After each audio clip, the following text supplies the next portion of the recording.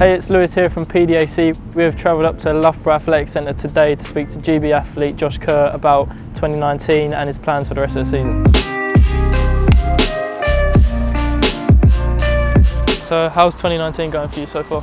Yeah, good. I've only really ran one outdoor race. I kind of opened up my season like last week, 2 weeks ago, in the 5K at Oxy. It was pretty nice. We haven't ever really ran one before, so it was an interesting experience. But you know, we kind of did all the work for it, so that was kind of the main thing. And then you go out and you just execute a plan, really. So what are your goals for the rest of the season?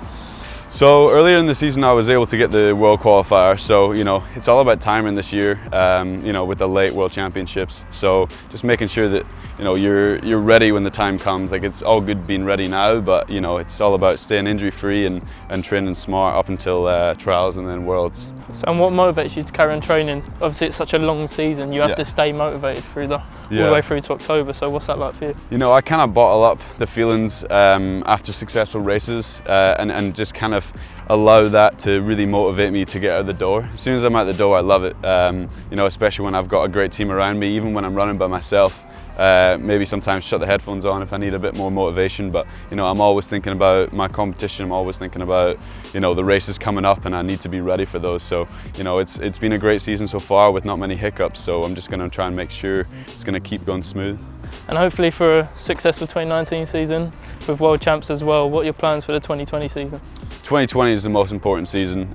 You know, it'd be my first real go at trying to make an Olympic team and hopefully getting there. So, you know, it is incredibly important for me to make sure that the success keeps going and make sure I'm consistent going forward. So, you know, we're going to try and knock out the qualifying time this year in 2019 because that window's opened already.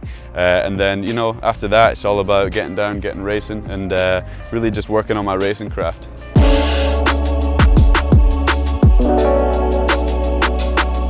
So why the 1500?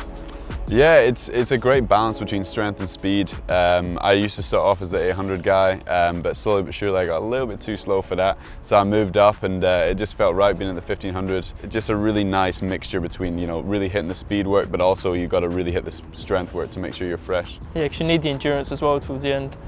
What would you say to younger athletes training for the 1500 especially about mileage as well? Yeah, just slowly increase things. You know, not too much at one time. As long as you can hit consistent training, it doesn't matter really how many miles you get in. It's about making sure that you're getting the miles in. So it's not like you're going out and trying to run 40, 50, 60, 70 miles. It's you're able to do whatever mileage you have to do consistently. And if you're able to do that, you're going to find some success. And what would you say to younger athletes coming up as well, especially at big meets like nationals and English schools and stuff like that as a junior? What would you say to? Yeah, it's just keeping your emotions under control is a big thing. You know, nerves is such a big thing, and you know, nerves are good. Like, that's a good thing that everyone feels, and just making sure you're able to control that so it doesn't start being detrimental to your performance. You know, just embrace everything that's going around you, the big meets and stuff, and then make sure you're just learning from every race you're in. So how do you taper for a big race, and what do you do for the last week building up? So tapering for a race is very important, and a lot of people do it differently. Recently it's changed, to be honest. I used to kind of lay off a little bit more, but right now I've kind of just been hitting maybe 15-20 less miles for the week, but just keeping the sessions with a little bit more mileage in it, just so you don't feel too flat when you're coming to races. But just making sure you're standing on that start line as fresh as possible. Sometimes if you take too much off, you're going to feel flat, and if you push too much, then you're just going to feel just a little bit rough, especially if you've been doing lots of hard sessions and mileage. And just making sure that you find what's best for your body. If it's ice baths, if it's normateching, if it's getting massages regularly, you just got to take care of your body. Everybody is different, so you know, you got to kind of try everything before you figure out what works. But you know, making sure you're ready for the next training day, or you're ready for the next race, you've got to make sure you find what works, and you take yourself to that next level by doing these things and making sure you're on it for the day of training and racing. And what does it mean to represent Brooks Beasts out in America as well? Yeah, so it's such a great group. So when I signed straight onto Brooks Beasts, they have such amazing runners. It's crazy to go from people that you look up to and aspire to and then be running with them every day. We were able to kind of create a really nice set of guys really that just help each other and push each other on, and we're all kind of similar distances, so we're training with each other every day, so it works out pretty smoothly. Okay, and how did you manage to juggle signing a pro contract and staying in college at the same time?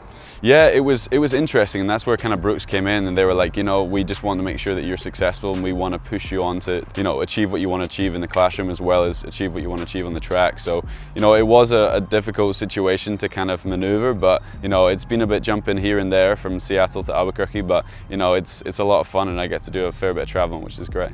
And what would you say to any British athletes considering moving to America for a scholarship? Yeah, I just think get all your information. Don't go over there blind.